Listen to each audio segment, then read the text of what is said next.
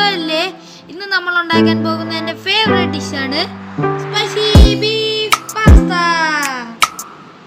അപ്പോൾ നമുക്ക് എങ്ങനെയാണ് ഉമ്മ ഉണ്ടാക്കുന്നത് നോക്കാം. ആദ്യം നമുക്ക് പാസ്ത കുക്ക് ചെയ്തെടുക്കാം. അതിനായിട്ട് ഒരു പാനിൽ നന്നായിട്ട് തിളയ്ക്കുന്ന വെള്ളത്തിലോട്ട് 2 കപ്പ് പാസ്ത ഇട്ടിട്ടുണ്ട്. ഇതിലോട്ട് 1 ടീസ്പൂൺ ഓയിലും കുറച്ച് ഉപ്പും കൂടെ ഇട്ടൊന്ന് വേവിച്ചെടുക്കണം. അടച്ചു വെച്ച് നന്നായിട്ട് കുക്ക് ചെയ്തെടുക്കണം. എന്നിട്ട് ഇത് നമ്മൾ സ്ട്രെയിൻ ചെയ്തെടുക്കുകയാണ് ചെയ്യുന്നത്. പിന്നെ ഞാൻ പാസ്ത എല്ലാവർക്കും കുക്ക് ചെയ്യാൻ അറിയാവുന്നതുകൊണ്ട് ഡീറ്റെയിൽ ആയിട്ട് കാണിക്കുന്നില്ല. ഇനി ഒരു പാൻ അടുപ്പത്തോട്ട് വെച്ചിട്ട് അതിലോട്ട് ഒരു 3 ടേബിൾ സ്പൂൺ സൺഫ്ലവർ ഓയിലാണ് ഞാൻ എടുത്തേക്കുന്നത്. അത് ഒഴിച്ചു കൊടുക്കാം. എണ്ണ ചൂടാവുമ്പോൾ നമ്മളിനി അടുത്തത് ഇടാൻ പോകുന്നത് ബീഫാണ്. ഈ ബീഫിൽ ഞാൻ ഉപ്പും മഞ്ഞൾപ്പൊടിയും കുരുമുളകും ഇട്ട് കുക്ക് ചെയ്തെടുത്തതാണേ. ഇത് നമുക്കൊന്ന് ഫ്രൈ ചെയ്തെടുക്കാം. ഇതിൽ മുളക് പൊടി മല്ലിപ്പൊടി അങ്ങനെ ഒന്നും ചേർക്കുന്നില്ല. പിന്നെ ഒരു 1/2 ടീസ്പൂൺ ഗരം മസാലയും കൂടെ ചേർത്തിട്ടുണ്ട്, നല്ലൊരു ഫ്ലേവറിന് വേണ്ടിയിട്ടാണ്. അപ്പോൾ ഇനി നമുക്ക് ഈ ബീഫ് ഫ്രൈ ചെയ്തെടുക്കാം. ഇത് ഒരുപാട് ഫ്രൈ ചെയ്യണ്ട, കുറച്ച് ഫ്രൈ ചെയ്താൽ മതി. ഇപ്പം നമ്മളുടെ ബീഫൊക്കെ ഫ്രൈ ആയിട്ടുണ്ട്. ഇനി നമുക്കിതൊരു പാത്രത്തിലോട്ട് മാറ്റാം. ഇതാണ് പാസ്തേൻ്റെ ഏറ്റവും വലിയ ഇൻഗ്രീഡിയൻറ്റ്, ബീഫ്.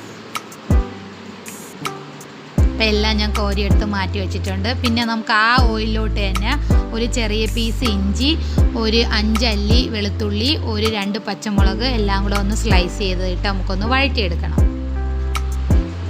പിന്നെ അതിലേക്ക് ഞാൻ ചേർത്തത് ഒരു 2 വലിയ സവാളയാണ് കേട്ടോ. അതിങ്ങനെ സ്ക്വയർ പീസിലായിട്ട് കട്ട് ചെയ്തതാണ്. ഇതും കൂടെ നമുക്ക് അതിലോട്ടിട്ട് നന്നായിട്ട് വഴറ്റിയെടുക്കണം. പിന്നെ സവാള ഇതൊക്കെ നിങ്ങൾക്ക് ഇനിയും വേണമെങ്കിൽ ആഡ് ചെയ്യാം. പിന്നെ വെജിറ്റബിൾസ് എന്തെങ്കിലും ക്യാരറ്റോ ബീൻസോ അങ്ങനെ വേണമെങ്കിൽ നിങ്ങൾക്ക് ആഡ് ചെയ്യാം.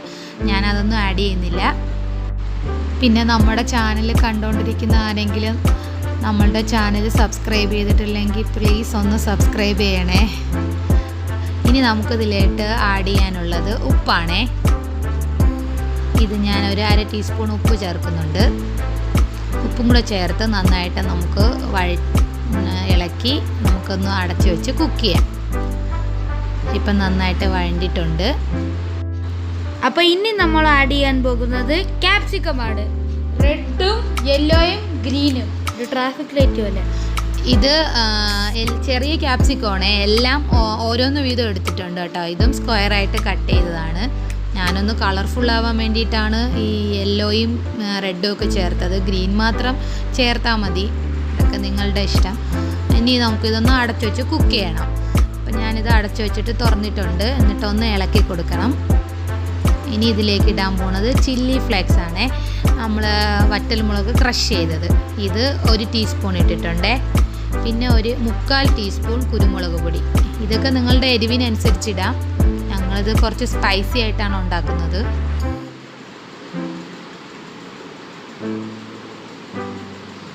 ഇനി ഇതിലോട്ട് കെച്ചപ്പാണ് ആഡ് ചെയ്യുന്നത്. ഇതൊരു 2 ടേബിൾ സ്പൂൺ ചേർക്കുന്നുണ്ട്.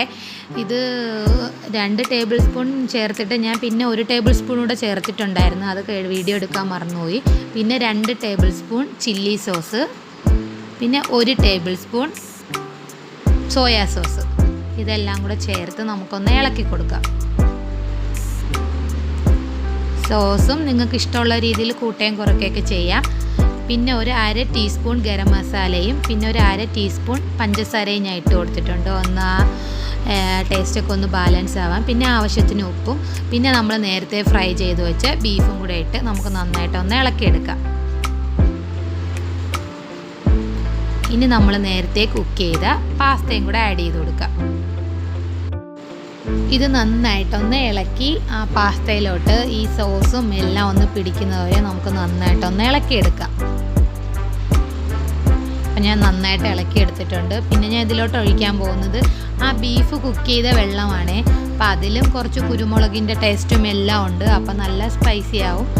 ഇനി വേണ്ടത് കുറച്ച് മല്ലിയിലയും പുതിനയുമാണ്. അതും കൂടെ ഇട്ട് നമുക്ക് നന്നായിട്ടൊന്ന് ഇളക്കിയെടുക്കാം.